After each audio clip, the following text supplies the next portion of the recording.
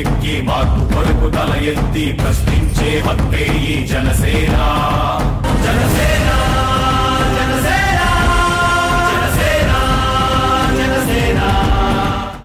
ప్రశ్నిస్తామంటూ caption పెట్టుకుని party పెట్టిన పవన్ కళ్యాణ్ ప్రశ్నించే అవకాశాన్ని మాత్రం కొత్త నాయకులకే ఇస్తారట. ఇప్పటికే రాజకీయాల్లో ఉన్న నాయకులను పార్టీలో చేర్చుకునేదే లేదని ఇప్పటికే తేల్చి చెప్పిన పవన్ కళ్యాణ్ వేరే పార్టీ నాయకుల నుండి వస్తున్న ఫోన్లకు కొంచెం హార్ష్గానే సమాధానమిస్తున్నారంట.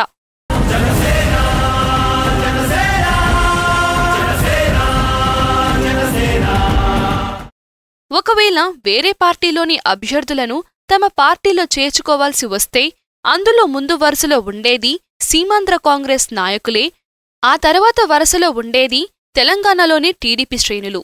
ఒక పక్క కాంగ్రెస్ను తిడుతూ ఇన్ని రోజుల కాంగ్రెస్ పార్టీలో పనిచేసిన వారిని చేర్చుకోవడం ఇష్టం లేక, మరోపక్క టీడీపీతో పొత్తు పెట్టుకుంటూ ఆ పార్టీకి కన్నం పెట్టడం ఇష్టం లేక పవన్ ఈ నిర్ణయం తీసుకున్నట్లు సమాచారం. అంతేకాదు టీఆర్ఎస్, కాంగ్రెస్ల మైత్రి చెడేందుకు కూడా అరవింద్ రెడ్డి, విజయశాంతి లాంటి మాజీ టీఆర్ఎస్ నేతలను కాంగ్రెస్ కండవ కప్పి తమ పార్టీలోకి గుంజుకోవడమే కాబట్టి ఆ సీన్ ఇక్కడ రిపీట్ కాకుండా జాగ్రత్తలు తీసుకున్నాడు.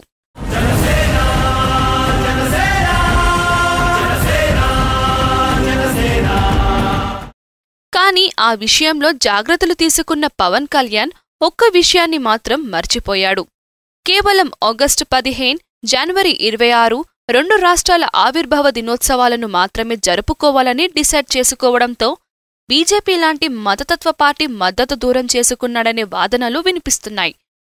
అంతేకాదు మతం, కులం పేరు చెప్పి ఓట్లు రాల్చుకునే మరికొన్ని పార్టీల మద్దతు కూడా కోల్పోయే అవకాశం ఉందంటున్నారు అనలిస్టులు.